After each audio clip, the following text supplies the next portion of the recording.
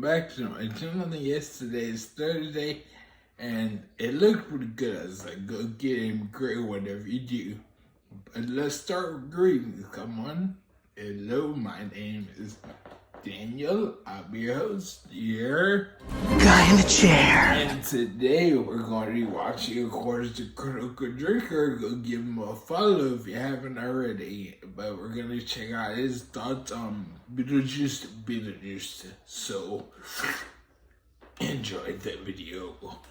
2024 really has been a year for resurrecting dead IPs with sequels and remakes that nobody really asked for or wanted. Whether it's possibly forgettable popcorn movies like Twisters, noble failures like Alien Romulus, or absolute garbage like The Crow, it really has been a mixed bag of successes and failures this year. But which one is Beetlejuice 2? Does it do justice to the classic 1988 original, or is it just another embarrassing attempt to milk an old IP for a quick profit? Well, weirdly enough, I think it's a bit of both. As a sequel to the original movie, it's a decent enough effort that mixes Tim Burton's usual gothic fairy tale style with over-the-top visual gags to deliver something that's pretty unique in modern cinema. Michael Keaton hasn't missed a beat in 35 years and slips right back into the role of Beetlejuice like it was yesterday, while Jenna Ortega provides a nice deadpan counterpoint that sparks well off him. There's some decent moment-to-moment gags and plenty of little callbacks to the original, some of which work better than others. That being said, the movie suffers from a cluttered script that's weighed down by far too many characters and subplots and doesn't seem to know who or what to focus on. Far too much time is wasted on a character who isn't even in the movie,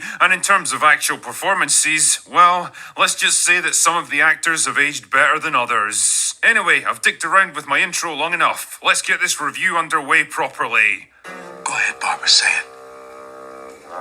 Beetlejuice!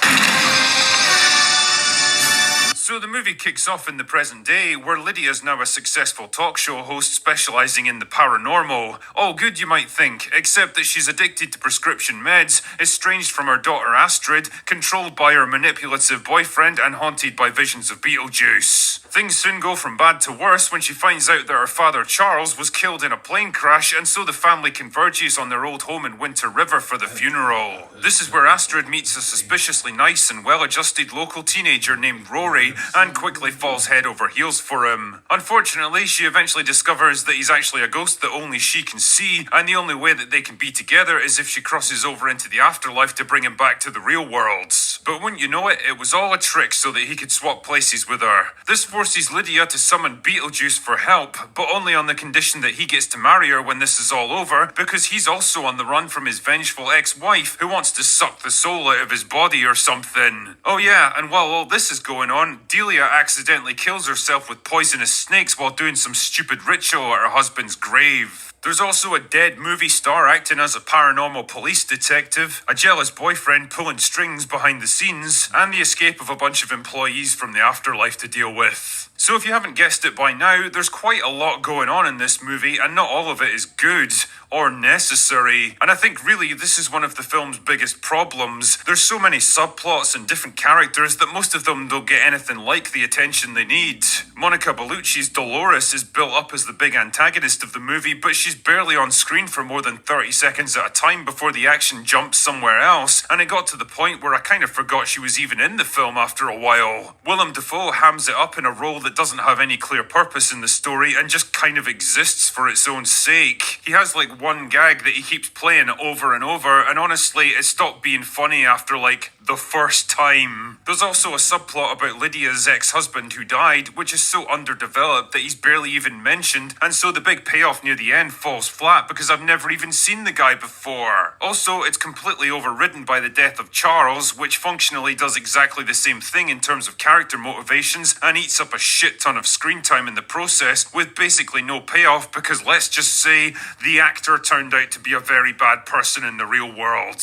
The original movie was tight and efficient at just over 90 minutes long, with every scene and character contributing something to the story and not a moment of screen time wasted. Beetlejuice 2, on the other hand, feels bloated and chaotic, struggling under the weight of too many ideas and extraneous subplots, unable to decide on a core narrative to focus on, and taking way too long to get going. Shit man, even Beetlejuice himself doesn't really show up in force until like 40 minutes into the movie, and that's where it actually comes alive for the first time. Michael Keaton might be well into his 70s by now, but holy shit, you'd never know it. The guy's just as high energy and over the top as he was 35 years ago. His delivery is pitch perfect, and every moment that he's on screen is a joy to watch. He's neatly balanced out by Jenna Ortega, who delivers her usual deadpan performance, but always seems to know just when to drop in little moments of humanity and vulnerability, portraying a teenage girl who's kind of lonely and trying to reconnect with her family, instead of just being a carbon copy of Lydia from the first movie. On that subject though, while it's nice to see Winona Ryder going through a career resurgence, fuck me, somebody really should have gotten her to rewatch the original movie, because she now talks and acts like a completely different character. Yeah, she's got the same stupid hairstyle and there's a superficial attempt to make her look and dress the same, but Ryder plays her more like Joyce from Stranger Things than Lydia from the first film. There's a vague hint that maybe she's going through a midlife crisis and is trying to rediscover her old self, but like so many other storylines in this movie, it's not given enough time and attention to actually get the audience invested.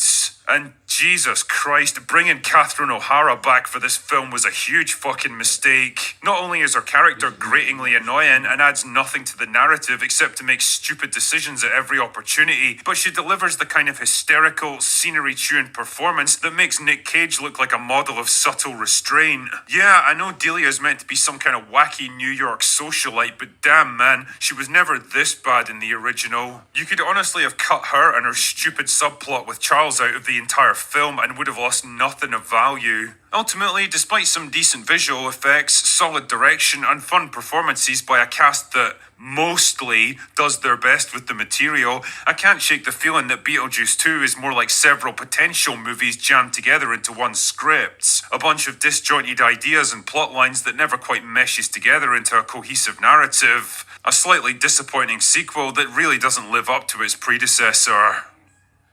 Anyway, that's all I've got for today. Go away now. Yeah, I liked it. You might not have, so. Hey, I hope y'all enjoyed what he had to say. Don't forget to give him a follow. Either way, I enjoyed Beetlejuice for what it was. Yeah, Catherine O'Hara, they could have cut her out the movie, but it was nice to see her at least in it and get a name, even though Charles was face, the dad. He turned out to be a total scumbag in real life, but hey, if you guys like, comment, and share, and subscribe. But I hope you had an awesome night and the rest of your day goes well, and I'll see you in the next video. Bye.